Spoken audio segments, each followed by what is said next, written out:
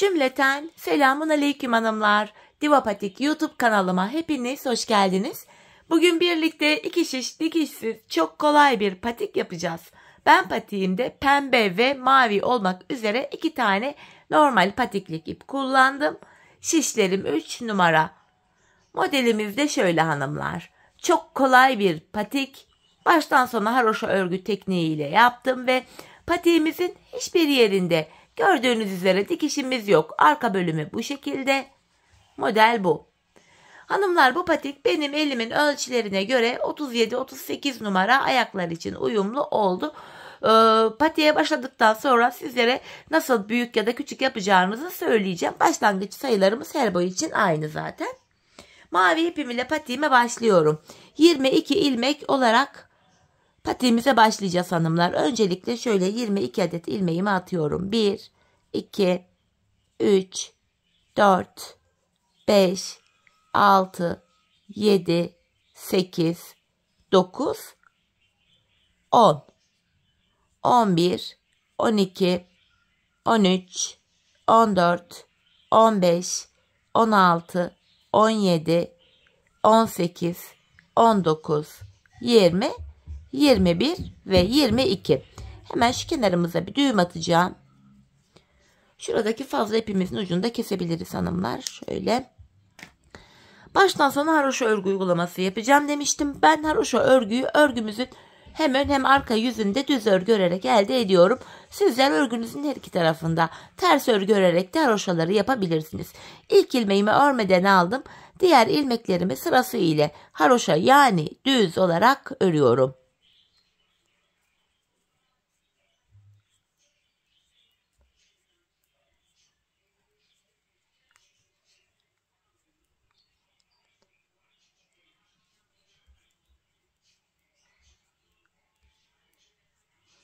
Ve sonuncu ilmeğimi de ördüm.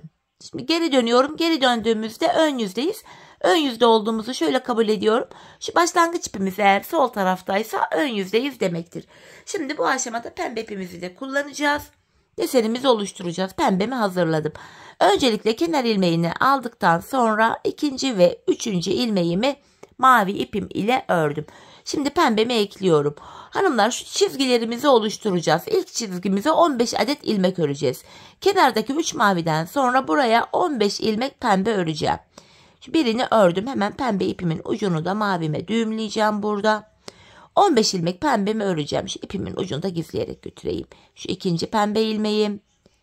3, 4, 5, 6, 7, 8, 9, 10, 11, 12, 13, 14, 15 tane pembe ördüm. Kenarda 4 mavi kaldı. Onu örmüyorum. Geri dönüyorum. Arka yüzdeyim şimdi. İlk ilmeğimi yine düz örerek başladım. Pembe ilmeklerimi pembe ipim ile burada yine haroşa yani düz olarak örüyorum.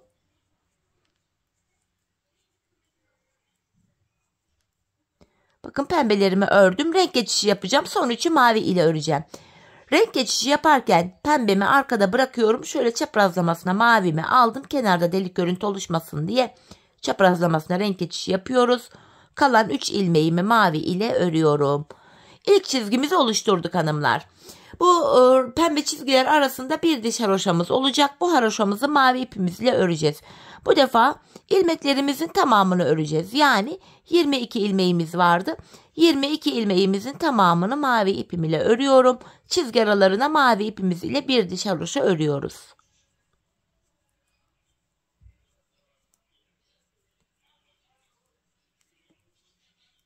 Sonuncu ilmeğimi de ördüm. Geri dönüyorum hanımlar. Arka yüzdeyim. Arka yüzde de yine kenar ilmeğini aldıktan sonra diğer ilmeklerimi haroşa örüyorum yine. Bu şekilde bir diş haroşamız oluştu mavi rengimiz ile.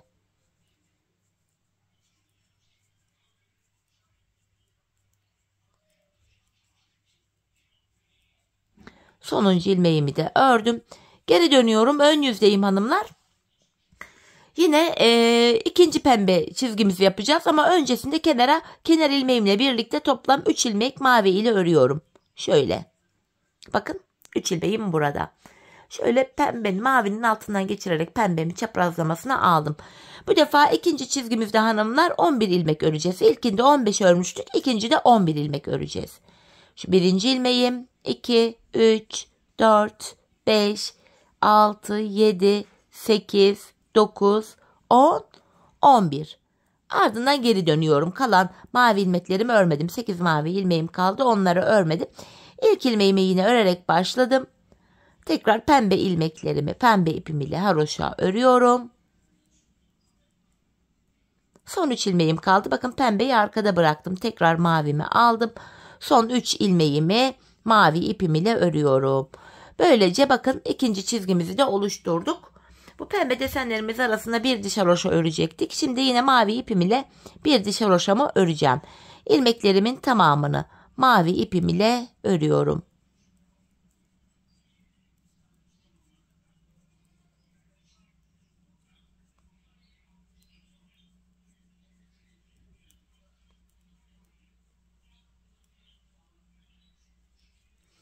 Geri dönüyorum. Arka yüzdeyim. Kenar ilmeğini aldıktan sonra devamında gelen diğer ilmeklerimi de yine haroşa öreceğim sıra sonuna kadar.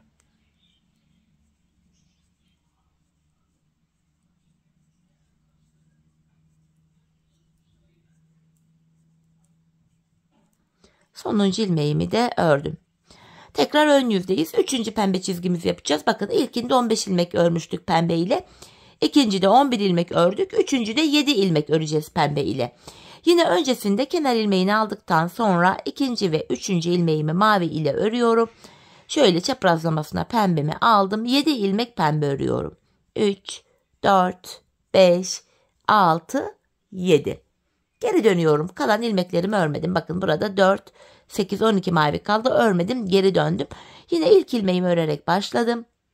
Pembe ilmeklerimi pembe ipim ile örüyorum. Mavimi aldım. Kalan 3 mavi ilmeğimi de mavi ipim ile örüyorum. Böylece ilk desenimizi tamamladık hanımlar.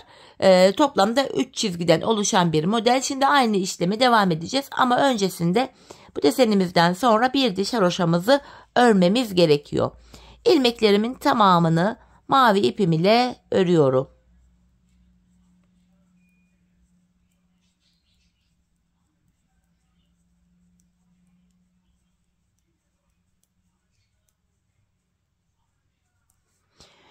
Geri döndüm, arka yüzdeyim. Arka yüzde de yine ilmeklerimi mavi ile öreceğim.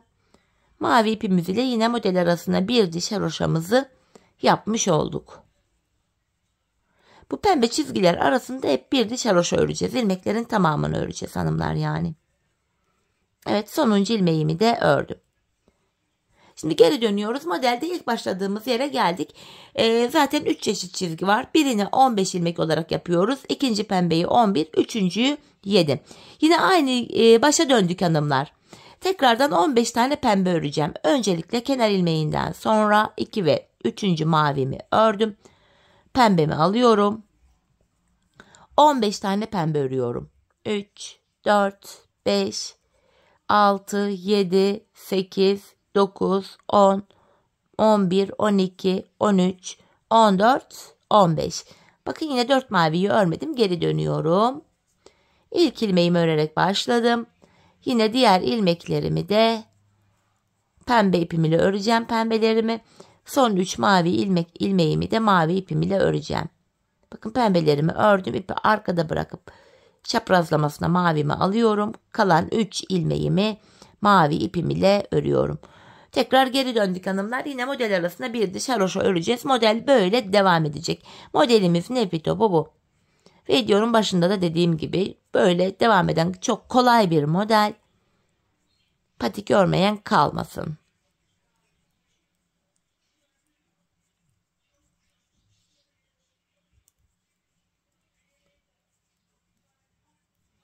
Evet, sıra sonuna kadar ilmeklerimi ördüm. Yine geri dönüyorum. Arka yüzdeyim.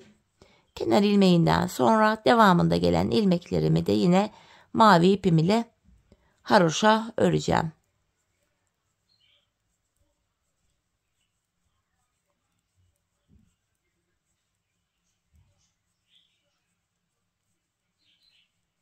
Sonuncuyu da ördüm. Şimdi geri döndüğümüzde hanımlar ön yüzdeyiz. Yine bakın 15 ilmekten oluşan pembeyi yapmıştık. Bu defa kenara 3 mavi ördükten sonra 11 ilmekten oluşan pembe haroşamızı yapacağız. Sonrasında yine araya bir diş mavi haroşa öreceğiz. Sonrasında da bakın sırayla 3 maviden sonra 7 tane pembe öreceğiz. Ardından tekrar model başa saracak. Yani 15 pembe, 11 pembe, 7 pembe. Model böyle gidecek. Sırasıyla 3 çeşit çizgimiz var. Bu şekilde modelimizi kuracağız hanımlar. Ben bu patiğime toplamda bu modelden ne kadar yaptım hemen söyleyeyim. Şu uzun çizgileri saydım hanımlar. Bakın şu uzun çizgilerden ben 15 tane yaptım. Sayalım: 1, 2, 3, 4, 5, 6, 7, 8, 9, 10, 11, 12, 13, 14, 15. Ben 15 tane yaptım. Bu benim elimin ölçüsüne göre tam oldu. 37, 38 numara için. Ben 36 numara yapmak istiyorum. Hani küçük yapmak istiyorum diyenler varsa şu uzun çizgiyi hesaplayacaklar hanımlar. Bakın uzun çizgiyle başlattık. Uzun çizgiyle bitirdik. Şu uzun çizgiden bir tane eksik. Yani 14 tane yapabilirler. Bakın model şu kadar küçülür. Bakın şu boy. Model küçülür. 14 tane yapabilirler ya da ben 40-41 numara yapmak istiyorum diyenler de bu uzun çizgilerden bir tane daha fazla yani 16 olana kadar yapabilirler. Patiğin boyutunu bu şekilde ayarlayabilirsiniz. Dediğim gibi ben bu uzun çizgilerden 15 tane yaptım. Şimdi patiğimizin bu bölümünü tamamlayalım. Gelelim hanımlar. Ardından birlikte patiğimizin tabanına başlayalım. Evet hanımlar, patiğimi tamamladım ve geldim. Burada toplamda 15 tane şu pembe uzun çizgimden var. Patiğimizi bu aşamada bitirdik. En son pembe çizgimden sonra bakın pembe haroşamdan sonra bir diş haroşa mavi ipim ile ördüm. Şimdi ilmeklerimizi keseceğim hanımlar. Kesim işlemini ön yüzde yapıyoruz. İkişer ikişer toplayarak ilmeklerimi kesiyorum. Biraz gevşek, esnek bir kesim yapalım bu aşamada hanımlar. Çünkü patiğimizin arka bölümünü örerken bu kesim yaptığımız ilmek yerlerinden ilmekler çıkaracağız. İlmekleri rahat çıkartabilelim diye gevşek bir kesim yapmamızda fayda var. Bu aşamada bu pembe ipimi de kestim. Arkaya düğümleyip ucunu da gizledim. Şimdilik pembeyle de işimiz kalmadı. Bu şekilde ilmeklerimi kesiyorum.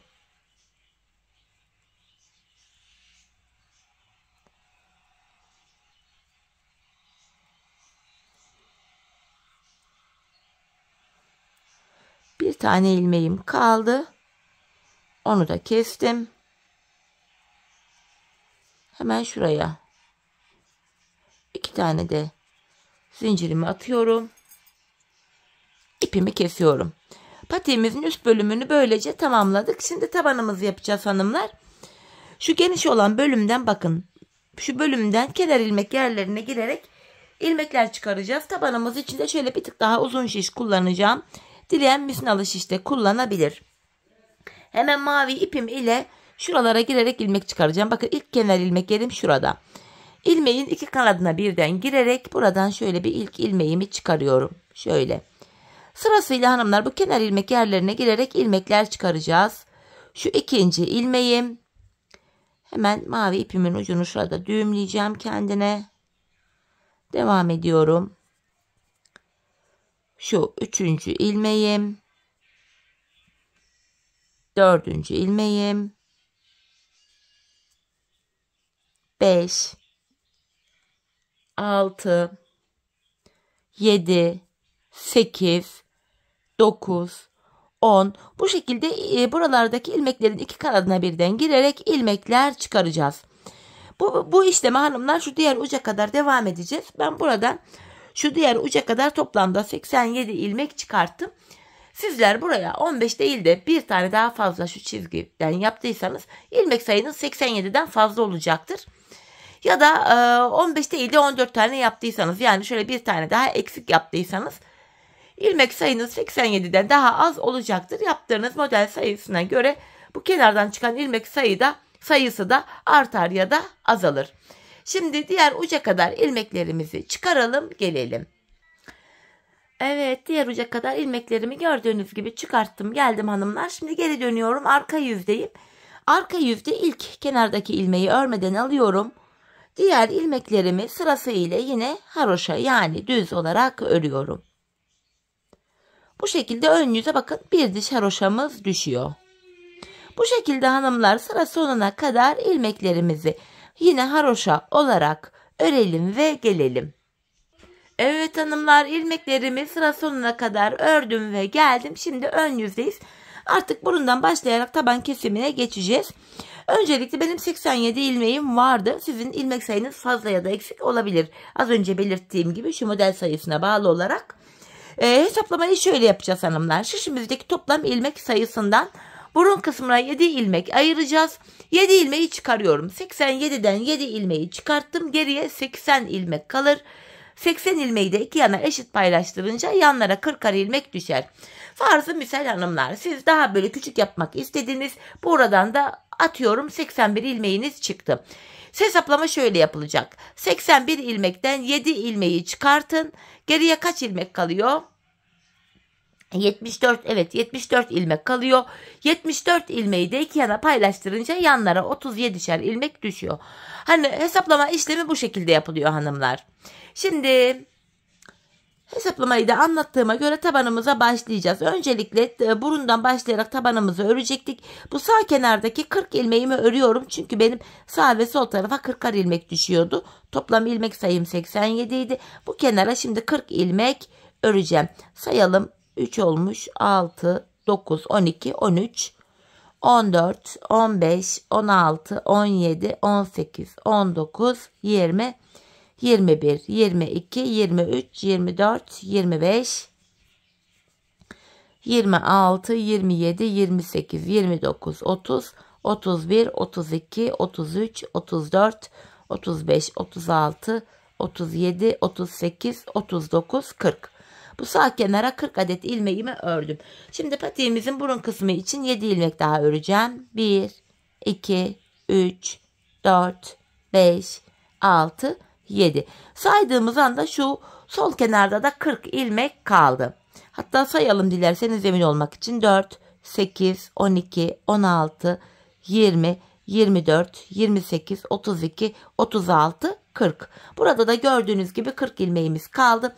Şimdi geri dönüyorum hanımlar. İpim karşıda, ilk ilmeğimi örmeden aldım. Burun kısmındaki 7 ilmeğimi öreceğim. Şu ikinci ilmeğim 3, 4, 5, 6, 7. Tekrar geri dönüyorum. 7 ilmek ile bakın şurada bir diş haroşamız oluştu. Bu tabanımızda 13 ilmek olacak. 13 ilmek olana kadar yanlardan ikişer ikişer ilmekleri keseceğiz. Kesim yaptığımız ilmekleri ortaya ekleyeceğiz. Şöyle yapıyoruz. Yine bakın ipim karşıda, ilk ilmeğimi örmeden aldım. 7 ilmeğimi öreceğim. 3, 4, 5, 6, 7. Yan taraftan 2 adet ilmek keserek ördüm. Kesim yaptığım ilmeği de ortaya ekleyince ortada 8 ilmek oluyor. Geri dönüyorum. İpim karşıda, ilkini örmeden aldım. 8 ilmeğimi öreceğim. 3, 4, 5, 6, 7, 8. Hemen şimdi de şu kenardan 2 adet ilmek keserek ördüm. Bunu da böyle ortaya ekledik. Ortadaki ilmek sayımız 9 oldu. Tekrar geri döndüm. Yine ipim karşıda, ilkini örmeden aldım. 9 ilmeğimi örüyorum. 4, 5, 6, 7, 8, 9. Hemen şu kenardan 2 adet ilmek keserek ördüm. Bunu da yine ortaya ekledik. Ortadaki ilmek sayımız 10 oldu. Geri döndüm. Yine ipim karşıda, ilkini örmeden aldım. 10 ilmeğimi öreceğim. 4, 5, 6, 7, 8, 9, 10. Şimdi de buradan 2 adet ilmeği keserek ördüm. 11 oldu. Ortada 11 oldu. Tekrar ipim karşıda, ilk ilmeği örmeden aldım. Yine 11 ilmeğimi öreceğim.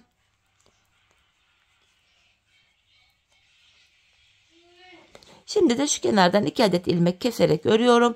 Ortadaki ilmek sayımız 12 oldu. Yine geri döndüm. İlk ilmeği örmeden aldım. 12 ilmeğimi öreceğim. 4, 5, 6, 7, 8, 9, 10, 11, 12. Yan taraftan da 2 ilmek keserek ördüm.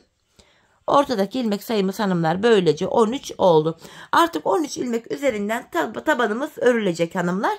Yine yapacağımız işlem şu.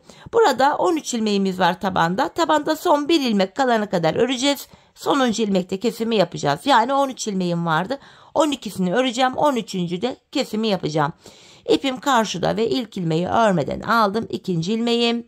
3, 4, 5, 6, 7, 8, 9, 10, 11, 12. 13. ilmekte yandan da bir ilmek alıyorum. İkisini keserek örüyorum. Kesimden sonra geri döndüm. Yine aynı işlemi yapacağım. 12 ilmek öreceğim. 13. de kesimimi yapacağım. Yine ipim karşıda, bakın. İlk ilmeği örmeden aldım. 2, 3, 4, 5, 6, 7, 8, 9, 10, 11, 12. 13. ilmekte yanındakini de alıyorum. İkisini kesiyorum. Geri dönüyoruz hanımlar. Yapacağımız işlem bu. Her seferinde ilmek saymaya gerek yok. Çünkü tabanımız ile kenar arasında bakın ayrık bir görüntü var. Yine ipim karşıda, ilk ilmeğimi örmeden aldım. İlmeklerimi saymadan gidiyorum. Yani tabanımda son bir ilmek kalana kadar örüyorum. Bu şekilde. Bakın şu sonuncu ilmekte yanından da bir ilmek alıp ikisini kesiyorum. Tekrar geri döndük kesimden sonra. Şöyle ayırdığımız anda yine taban ile kenar arasında bir boşluk görüntü var. Yine tabanımda son bir ilmek kalana kadar öreceğim. İpim karşıda, ilk ilmeği örmeden aldım. Tabanda son bir ilmeğim kalana kadar yine ilmeklerimi örüyorum. Şu sonuncu ilmekte yanındakini de alıp birlikte keserek örüyorum. Kesimden sonra geri döndüm. Yapacağımız işlem bu hanımlar. 12 örüyoruz. 13. de kesimimizi yapıyoruz. Hanımlar, biz bu kesme işlemine bakın, sağ ve sol tarafta ilmeklerimiz var. Bu hem sağ hem de sol tarafta. Son ikişer ilmek kalana kadar tabanımızda kesimimizi yapacağız. Hem bu sağ şişin ucunda hem de bu sol şişin ucunda son 2 ilmek kalana kadar kesimler yapılacak. Şimdi patiğimizin tabanını sizlere anlattığım gibi örelim gelelim hanımlar. Evet hanımlar, şu yanlarda ikişer ilmeğim kalana kadar patiğimin tabanını bu şekilde ördüm geldim. Şimdi tabanda da kesimler yapacağız. Yine ipim karşıda, ilk ilmeğimi örmeden aldım. Yine tabanda son bir ilmeğim kalana kadar örüyorum. Sonuncu ilmeği örerken hemen yandaki ilmeği de aldım. İkisini kestim. Bakın şu kenarda bir ilmek kaldı. Tekrar geri dönüyorum. Artık bu aşamada bir kısa şişe geçeyim hanımlar, daha rahat olacak. Şöyle. Yine ipim karşıda, ilkini örmeden aldım. İkinciyi örüyorum. Hemen ardından ikinci ilmeği ördükten sonra öndeki 2 ilmeğimi kestim. Burada ilk kesimi yaptık. Şimdi şu tabanda son 4 ilmeğim kalana kadar öreceğim. Bakın son 4 ilmek kaldı. Öndeki ikisini kesiyorum. Yanındaki bir ilmeği düz ördüm. Şu sonuncu ilmeği örerken hemen yanındakini de alıyorum. İkisini keserek örüyorum. Şu kenarlarda birer ilmek kaldı. Şimdi tekrar ipim karşıda, ilk ilmeği örmeden aldım. Şu tabanda son bir ilmek kalana kadar yine öreceğim.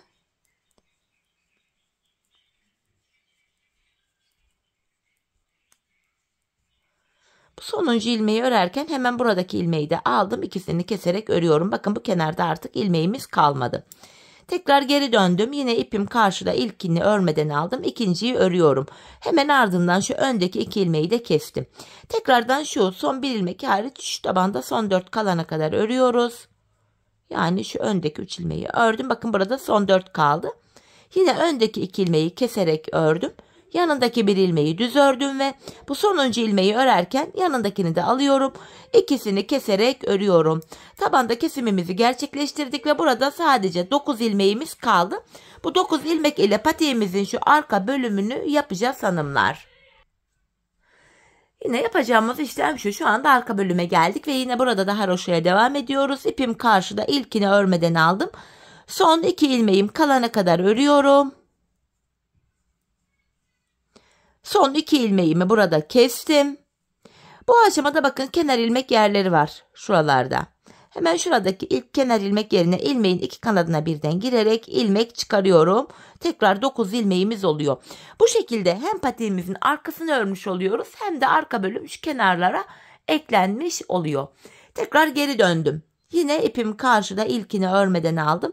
Son 2 ilmeğim kalana kadar ilmeklerimi öreceğim. Bakın yine son 2 ilmeğimi kestim. Şu kenardan, yani bu sağ kenardan ilmek çıkarırken geri dönüp ön yüzde ilmek çıkaracağım. Böyle daha çok kolayıma gidiyor çünkü.